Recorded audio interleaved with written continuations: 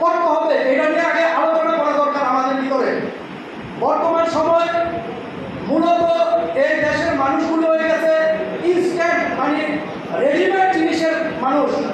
এখন খাবার কেউ রান্না করে না, ইনস্ট্যান্ট পাওয়া যায়, গরম করে খাওয়া ফেলায়। এইরকম ক্লাসিক্যাল এখন কেউ চিন্তা করে না, রাজনীতিও এখন ওইভাবে কেউ করে না, ইনস্ট্যান্ট করে। তো আমাদের যে সমস্যাটা হইতেছে বর্তমানে যে সোশ্যাল মিডিয়া, আজকের এই আন্দোলনের কারণে মুখ্য ভূমিকা হচ্ছিল সোশ্যাল মিডিয়া।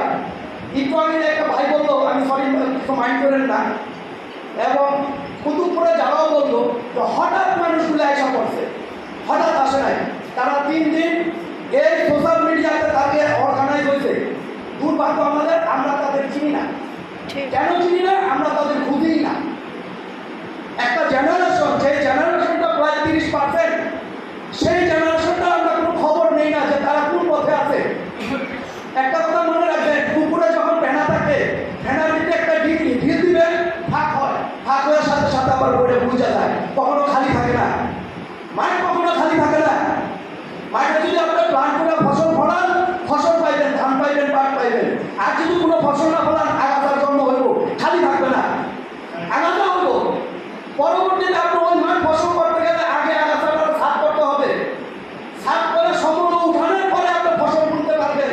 আগে মাঠের মতো পাইবেন না, আগাছা আগে সাফ করতে হবে।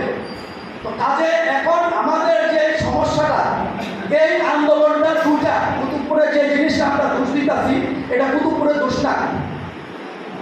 কুতুবপুরটা হচ্ছে